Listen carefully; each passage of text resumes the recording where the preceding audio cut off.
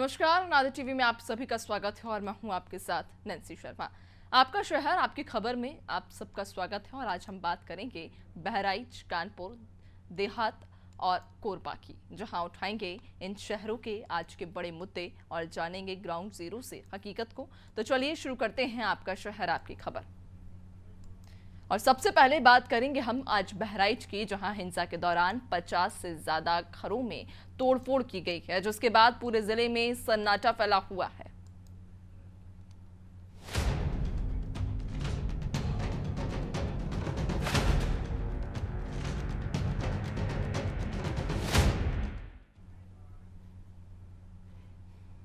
तो उत्तर प्रदेश के बहराइच में हिंसा के दौरान 50 से ज्यादा घरों में तोड़फोड़ की गई है। इन घरों में अब एक भी शख्स मौजूद नहीं है। हरदी और महसी इलाके के 20 किलोमीटर क्षेत्र में पुलिस गश्त बढ़ा दी गई है। पुलिस गाड़ियां लगातार घूम रही हैं। प्रभावित इलाकों में आधार कार्ड देखकर ही एंट्री दी जा रही है। इलाके में आरएएफ, पीएसी और स्थानीय पुलिस भी तैनात है, जहां डीएम मोनिका रानी ने बताया कि जिन घरों में तोड़फोड़ की गई है उन्हें चिन्हित किया जा रहा है। अफवाहों को रोकने के लिए जिले में 16 अक्टूबर से इंटरनेट बंद कर दिया गया। पुलिस का फोकस अभी शांति व्यवस्था बनाए रखने पर है। वीडियो फुटेज के आधार पर पुलिस ने आगजनी करने वालों की पहचान शुरू कर दी है। ऐसे में फिलहाल इस वक्त वहां पर क्या हालात हैं, ये जानने की कोशिश करेंगे। हमारे सहयोगी कुछ देर बाद हमसे जुड़ेंगे, हमारे साथ जुड़ेंगे और वहां की तस्वीरें भी हम तक पहुंचाएंगे, वहां की खबर भी हम तक पहुंचाएंगे कि क्या हालात फिलहाल उस पूरे इलाके में, उस पूरे क्षेत्र में हैं। चूंकि जिस तरह से हिंसा भड़की, लोग आक्रोशित हुए, लोगों ने घरों को जला दिया, अस्पतालों को फूंक दिया, गाड़ियों में आग लगा दी। उसके बाद चूंकि लगातार हिंसा बढ़ती जा रही है, लोगों में आक्रोश बढ़ता जा रहा है। पुलिस प्रशासन यहाँ पर किस प्रकार से शांति व्यवस्था बनाए हुए है, लोगों को कैसे शांत किया जा रहा है, इन सब पर हम सवाल लेंगे, जानेंगे। हमारे जो सहयोगी हमारे साथ में हैं, विनोद हमारे साथ में जुड़ चुके हैं। विनोद, बहराइच में चूंकि अचानक से ये हिंसा बढ़ी है और जो तस्वीरें सामने आई वो वाकई में काफी भयावह कर देने वाली तस्वीरें हैं। घरों को जला दिया गया है, अस्पतालों में आग लगा दी गई, कईयों की जान इस पूरी हिंसा में चली गई है। हिंसा कैसे भड़की और अब क्या हालात वहां पर वर्तमान में क्या स्थिति है? नहीं, बिल्कुल हम कंटिन्यू 2 दिन से अपने दर्शकों को बता रहे हैं, क्योंकि यह दुर्गा प्रतिमा का जुलूस निकल रहा था। उसी वक्त एक समुदाय आता है और डीजे बंद कराने को लेकर जबरन दबाव बनाने लगता है। ये डीजे बंद कराने को लेकर ये उपद्रव शुरू हुआ और हिंसा में तब्दील हो गया। नहीं, बिल्कुल, और वाकई ये हिंसा में जब तब्दील हुआ, लेकिन बड़ा सवाल ये है कि आखिर वहां पर मोर्चा कैसे संभाल रही है पुलिस? क्या कुछ व्यवस्थाएं की जा रही हैं शांति ताकि बनी रहे, आप कोई उपद्रव ना हो या कोई हिंसा दोबारा से ना भड़के? इसको लेकर क्या विशेष सावधानियां बरती जा रही हैं? बिल्कुल नैन्सी, आपको बता दें यहाँ 25 कंपनी पीएससी तैनात है, एटीएस तैनात है और खुद एडीजी गोरखपुर पूरे जिले का भ्रमण कर रहे हैं। अभी एडीजी गोरखपुर नानपारा आए हुए हैं और नानपारा के, क्योंकि नानपारा भी अति संवेदनशील सील है, तो ऐसे में नानपारा का भी वो औचक निरीक्षण कर रहे हैं।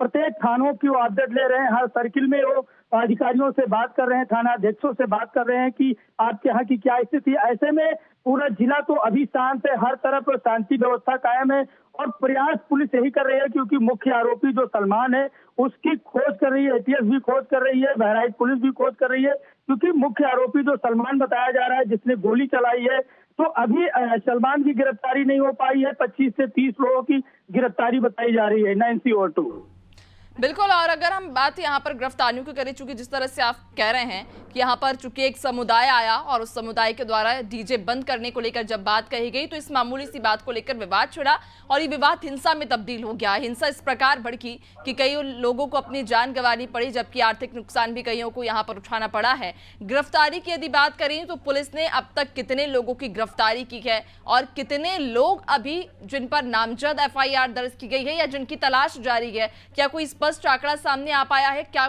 कौन मुख्य आरोपी है, किसके कहने पर ये पूरी हिंसा भड़की? नहीं, इसकी जांच हो रही है। सबसे बड़ा सवाल यही है, क्योंकि पुलिस अभी आधिकारिक तौर पे कुछ बता नहीं रही है कि कितने लोगों को उठाया गया है, कितनी एफआईआर दर्ज हुई है। लेकिन जहां तक सूत्रों ने बताया है कि लगभग 2 थानों में कुछ अज्ञात लोगों के खिलाफ भी एफआईआर दर्ज हुई है। 25 से 30 लोगों को अभी हिरासत में लिया गया है, उनसे पूछताछ जारी है और पूरी घटना की वीडियोग्राफी कराई गई है। उन चीजों पर भी बहराइच पुलिस की पैनी निगाह है। नैन्सी ओटो अपना काम कर रही है, लेकिन शांति व्यवस्था की बात करें यहाँ पर, चूंकि एक दिन पहले जहां वीडियो भी सामने आया था किसी पुलिस अफसर का हाथ में बंदूक लेकर वो लोगों को खदेड़ते हुए नजर आ रहे थे। अब ऐसे में जब इस तरह के वीडियो सामने आते हैं तो कहीं ना कहीं पुलिस की कार्यप्रणाली पर भी सवाल उठता है कि हिंसा भड़की, जब तब कोई कार्रवाई नहीं की गई, तब मोर्चा नहीं संभाला गया, जिस वजह से ये विवाद हिंसा में तब्दील हुआ, आगजनी हुई, लोगों को आर्थिक हानि उठानी पड़ी है। और अब इस प्रकार के जब वीडियो सामने आते हैं तो कई सवाल खड़े होते हैं। बिल्कुल नैन्सी, निश्चित तौर पे क्योंकि जब उग्र भीड़ इस तरीके से उपद्रव मचा रही थी तो एडीजे एलओ खुद अमिताभ जैसे हाथ में बंदूक लेकर उपद्रवियों को खेदते हुए नजर आए।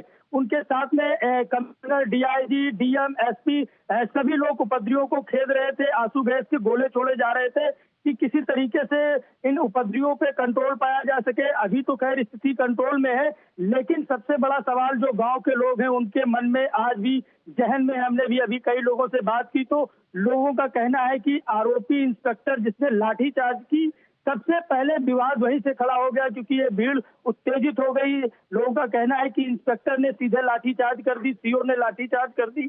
इनके खिलाफ जब तक मुकदमा नहीं दर्ज होगा तो ऐसे में हम लोगों के खिलाफ ये पुलिस, बहराइच पुलिस का ये अत्याचार है।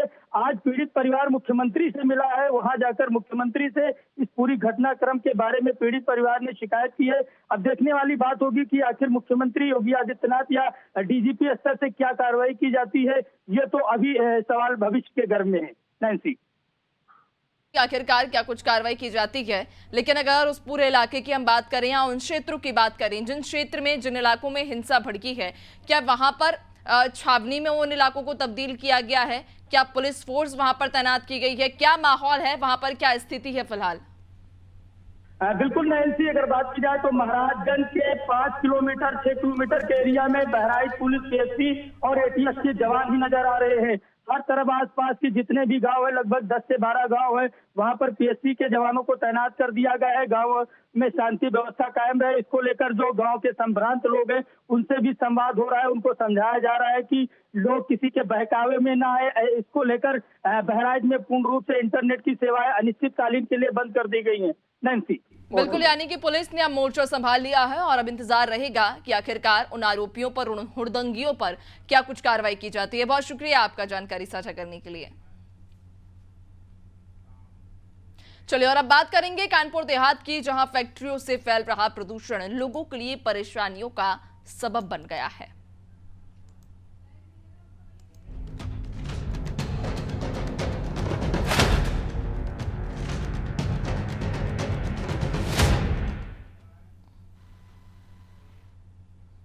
उत्तर प्रदेश सरकार भले ही उद्योग इकाइयों को प्रोत्साहन बढ़ाने के लिए उनका प्रोत्साहन दे रही हो, लेकिन कहीं ना कहीं उन फैक्ट्रियों के प्रदूषण से क्षेत्रीय जनता को नुकसान भी हो रहा है, जिसके चलते ग्रामीणों ने मुख्यमंत्री से शिकायत करके उद्योग इकाइयों के खिलाफ कार्रवाई करने की मांग की है। ये पूरा मामला कानपुर देहात के औद्योगिक क्षेत्र रनिया का है, जहां सैकड़ों फैक्ट्रियां संचालित हो रही हैं, जिसके चलते फसलें बर्बाद हो रही हैं, साथ ही तमाम तरीके से बीमारियां भी उत्पन्न हो रही हैं। मामले को लेकर जब प्रदूषण कंट्रोल बोर्ड अधिकारी से बात की गई तो उन्होंने बताया कि मुख्यमंत्री से शिकायत की गई है और प्रदूषण कंट्रोल बोर्ड के द्वारा कार्रवाई भी की जा रही है। लेकिन बड़ा सवाल ये है कि काफी समय से ये फैक्ट्रियां संचालित हो रही हैं, ऐसे में प्रदूषण से निपटने के लिए पहले से ही कोई तैयारी क्यों नहीं की गई? इन सभी सवालों का जवाब लेंगे, लेकिन उसके पहले सुनते हैं इन ग्रामीणों की आप बीती। कोई लाभ नहीं है, हानि के अलावा नुकसान होता है, हमारी सब फसल बर्बाद होती है। क्या फसलें, जिस तरह से क्या फसलें? धान के लिए भी हानिकारक है, गेहूं के लिए भी हानिकारक है, हाँ। सभी फसलों के लिए हानिकारक है। और फैक्ट्रियों का प्रदूषण भी करता है तो फसल के लिए नष्ट करता है। क्या फैक्ट्रियों का पानी भी आता है? पानी भी आता है, धुआं भी आता है, गंदा पानी आता हाँ, है? केमिकल का पानी आता है।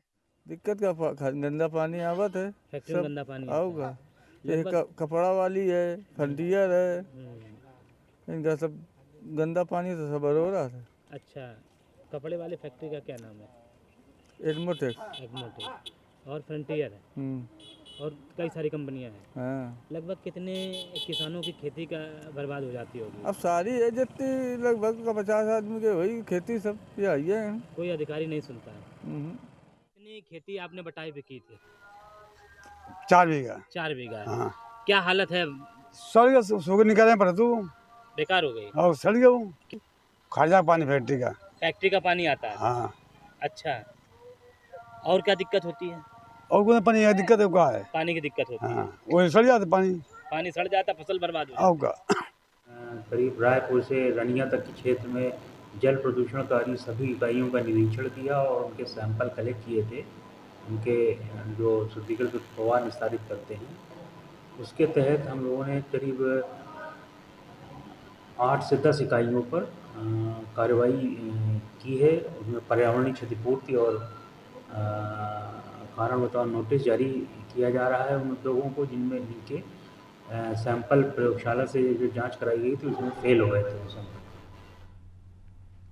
तो देखा आपने किस तरह से यहाँ फैक्ट्रियों से फैल रहा प्रदूषण लोगों के लिए जीका जंजाल बन गया है। ज्यादा जानकारी लेंगे, जमीनी हकीकत को और अच्छे से समझेंगे। सहयोगी हमारे विपिन हमारे साथ में जुड़ चुके हैं।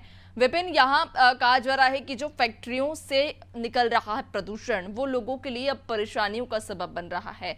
लगभग कितनी तादाद में या कितनी संख्या में यहाँ पर फैक्ट्री होंगी, कितने एरिया को इन फैक्ट्रियों से कवर किया गया है और लोगों के लिए किस प्रकार की परेशानियां उन फैक्ट्रियों से उत्पन्न हो रही हैं?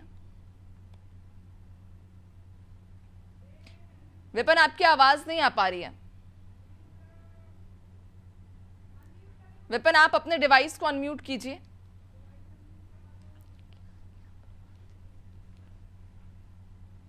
तो आपको बता दें कि यहां पर जो फैक्ट्रियां हैं उन फैक्ट्रियों से निकलने वाला प्रदूषण लोगों के लिए जीका जंजाल बन रहा है। जहां एक और वातावरण को ये प्रदूषण प्रभावित कर रहा है तो दूसरी ओर जो फसलें हैं ग्रामीणों की उन्हें भी कहीं ना कहीं ये प्रदूषण खराब कर रहा है।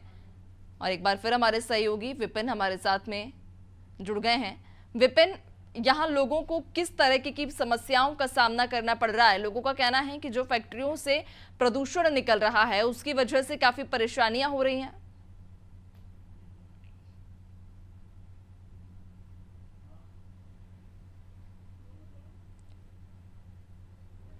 विपिन, आपको आवाज आ पा रही है? तो आपको बता दें कि लगातार यहां पर फैक्ट्रियों से निकलने वाला जो प्रदूषण है, जो धुआं है, उनकी वजह से लोगों को एक और जहां परेशानियों का सामना करना पड़ रहा है, वातावरण प्रदूषित हो रहा है, तो दूसरी ओर ये लहलहाती हुई किसानों की फसलें, उन पर भी खतरा मंडरा रहा है। दरअसल उत्तर प्रदेश की जो सरकार है भले ही उद्योग इकाइयों को बढ़ाने के लिए प्रोत्साहित कर दे रही हूं, लेकिन ये जो फैक्ट्रियां हैं उन फैक्ट्रियों के प्रदूषण की वजह से क्षेत्रीय जनता को काफी नुकसान उठाना पड़ रहा है। वहीं ग्रामीणों ने मुख्यमंत्री से भी इसको लेकर कई बार शिकायत की है।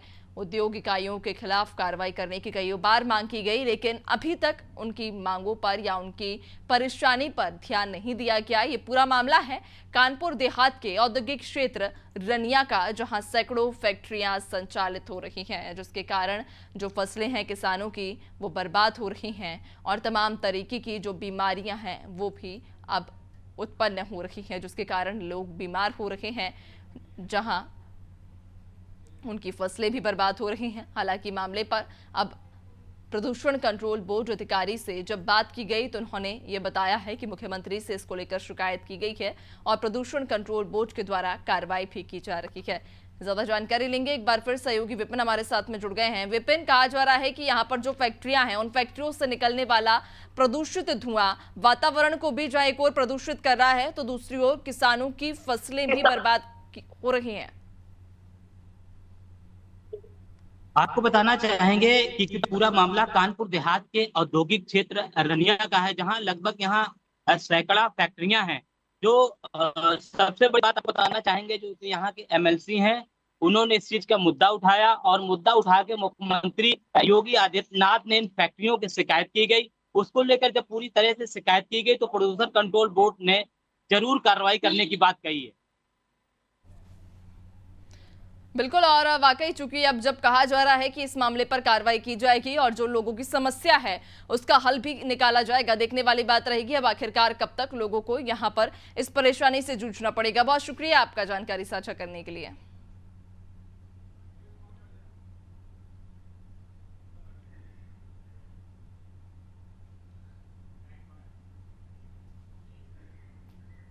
चलिए और अब बात करेंगे कोरबा की, जहां नल जल योजना में भ्रष्टाचार का मामला सामने आया है और जिम्मेदार इस पूरे ही मामले पर मौन है।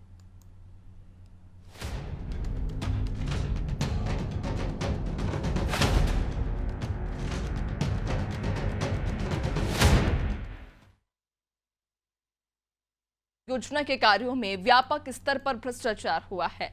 ये ताजा मामला करमंदी गांव का है, जहां लोगों के घरों में नल तो लगा दिए गए लेकिन अभी तक पाइप नहीं लगाए गए, जिससे ग्रामीणों के घरों में पेयजल नहीं पहुंच पा रहा है। ग्रामीणों का ये कहना है कि ठेकेदार उनसे आधार कार्ड ले गए और फॉर्म पर हस्ताक्षर भी करा लिए, लेकिन योजना का लाभ अब तक नहीं मिल सका है। आखिरकार जिम्मेदार मामले में क्या कर रहे हैं, मामले की अभी तक जांच क्यों नहीं की गई, इन सभी सवालों का जवाब लेंगे, लेकिन उसके पहले ग्रामीणों की आप बीती सुनते हैं। इसमें कमीशनखोरी का खेल बहुत ही गजब चरम सीमा पे चल रहा है।